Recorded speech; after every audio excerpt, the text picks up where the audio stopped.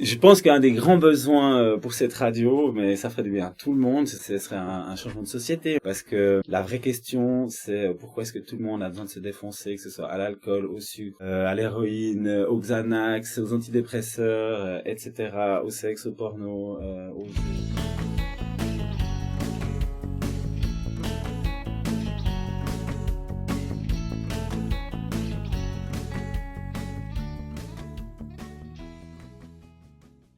Bonjour à toutes et tous. Aujourd'hui, on va écouter Emmanuel Dizeran, le monteur de l'association Éphémère, anciennement Radio Éphémère. Il va nous raconter l'histoire de l'asso, nous expliquer qui sont ses membres et quelles sont leurs activités.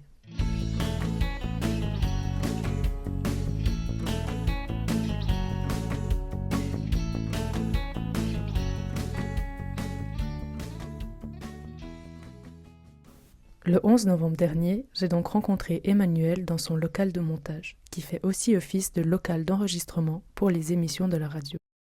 Comme vous l'entendrez, l'association elle est composée presque uniquement de personnes consommatrices de stupéfiants qui résident dans le canton de Vaud.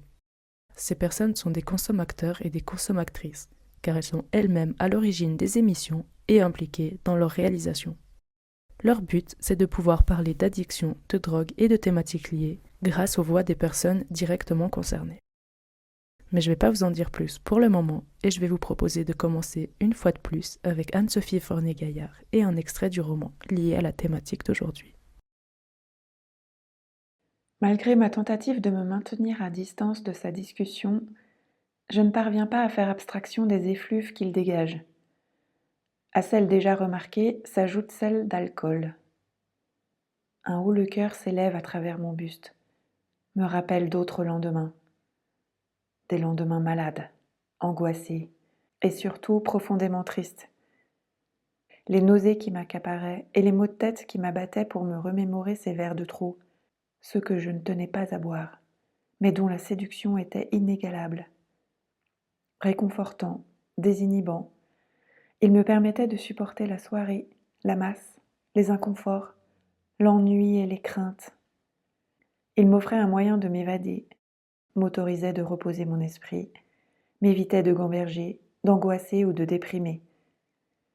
Ils étaient devenus quotidiens, nécessaires et thérapeutiques. Dépendante de leur soutien, je les avais invités chez moi.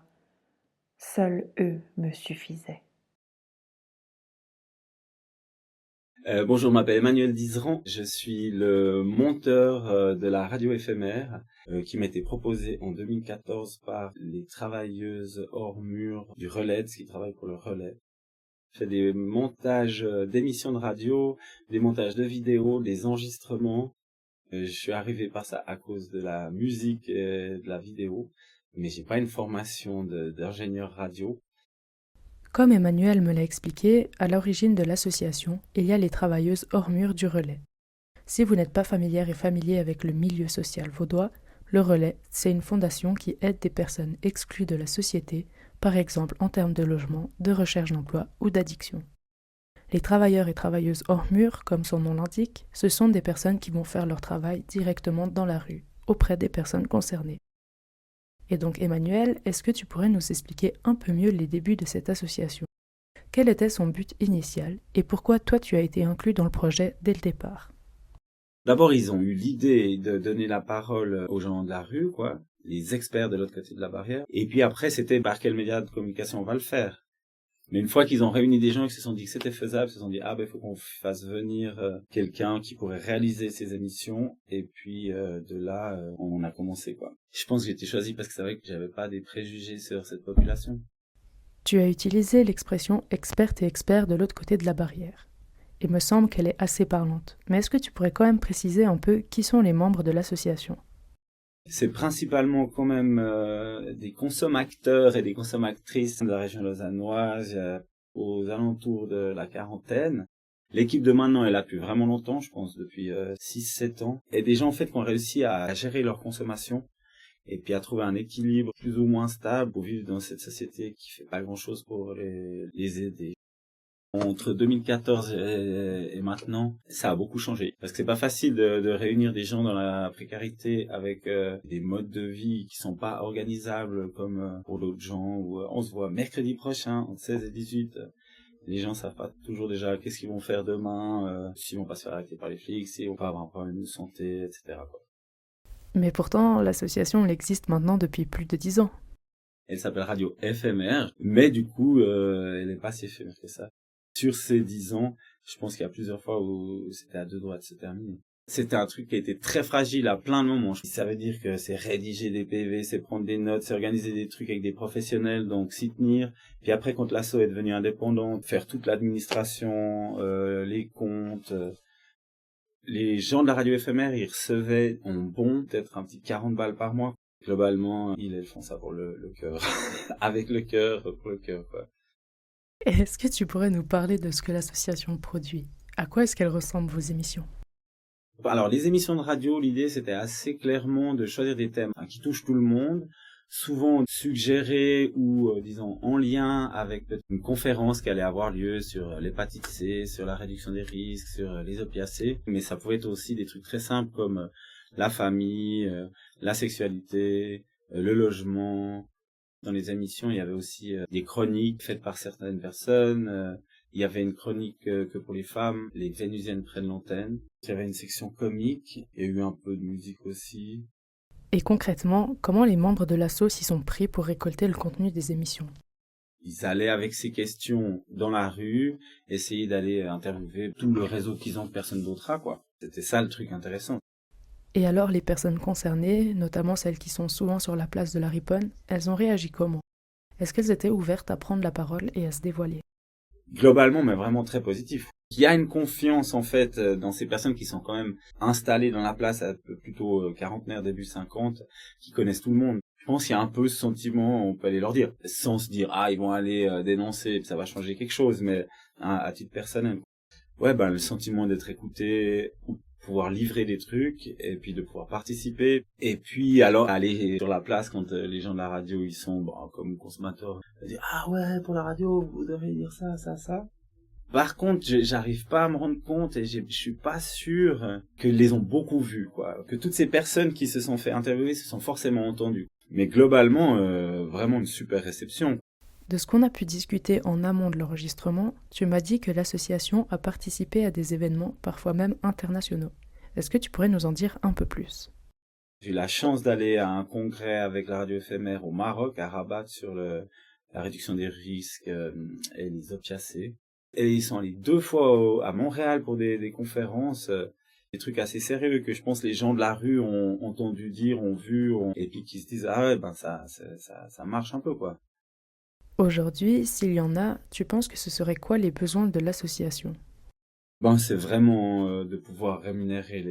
Après, globalement, c'est une histoire de reconnaissance du travail par les pairs. La paire aidance, c'est ça le mot qui est utilisé, qui nous vient du Canada. C'est-à-dire de valoriser toute la prévention et tout le passage d'informations qui peut se faire par les gens du milieu. Il y a vraiment des gens qui sont payés là-bas, c'est officiel, c'est clair, pour aller faire circuler des informations dans les différents lieux, dans les différents squats où ça consomme, pour aller distribuer des matériels stériles, et puis après pour participer officiellement à des réflexions avec des politiciens, des policiers, des médecins.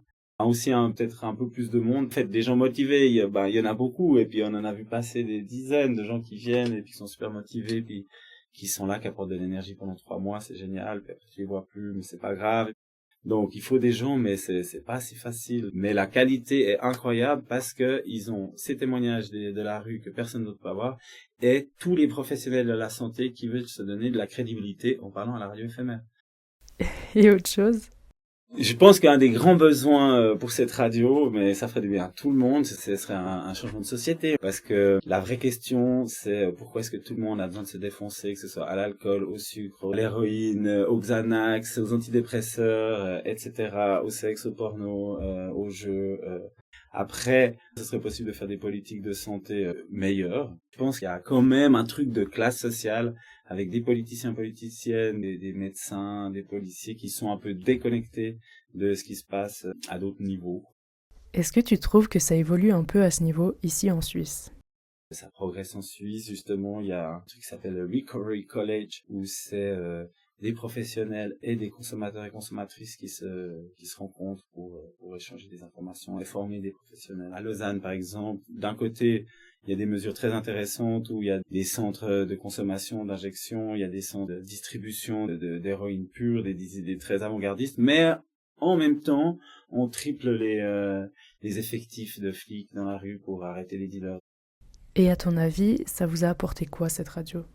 Moi, j'ai appris vraiment plein de choses du fonctionnement de la rue, de la société, des humains.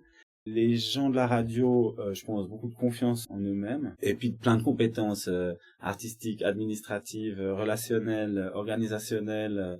Parce que pour aller faire 10 jours de congrès à Montréal ou à Rabat, faut aller voir son médecin 2 mois à l'avance pour qu'il soit d'accord que tu puisses avoir ton traitement de méthadone pour pouvoir partir là-bas. Faut aller signer, faut voir le petit truc devant les gens, bref. Et c'était compliqué.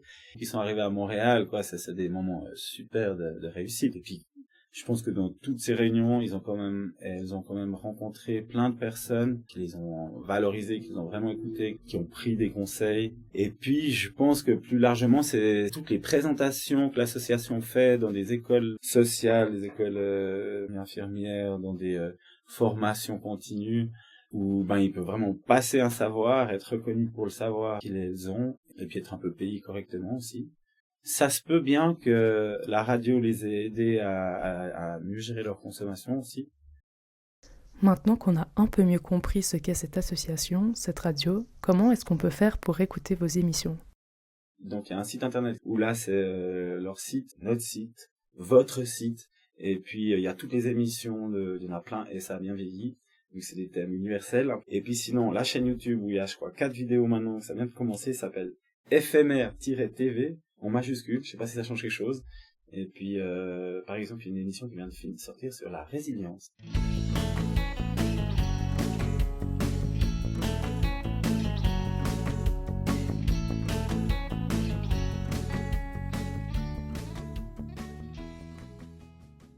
Si vous avez apprécié le récit d'Emmanuel, que vous êtes vous-même concerné par la consommation de stupéfiants, que vous connaissez une personne dans cette situation ou que vous souhaitez échanger avec un membre de l'asso, n'hésitez pas à consulter le site internet et la chaîne YouTube d'Éphémère que vous trouverez en description. Si vous avez apprécié la lecture d'Anne-Sophie Fournier-Gaillard, je vous invite aussi à regarder son site internet et son Instagram pour découvrir ses nombreuses qualités artistiques. Et enfin, si vous avez apprécié l'extrait que vous avez entendu ou le projet de manière générale, n'hésitez pas à jeter un coup d'œil sur mon site internet, mon Instagram ou mon Facebook, ou même qui sait, passer commande pour un format e-book ou imprimé, ou trouver le roman en librairie. Toutes les adresses se trouvent sur la boutique de mon site. Sur ce, je vous dis à très vite pour une interview avec Jerry Houlvet, un artiste et bricoleur indépendant.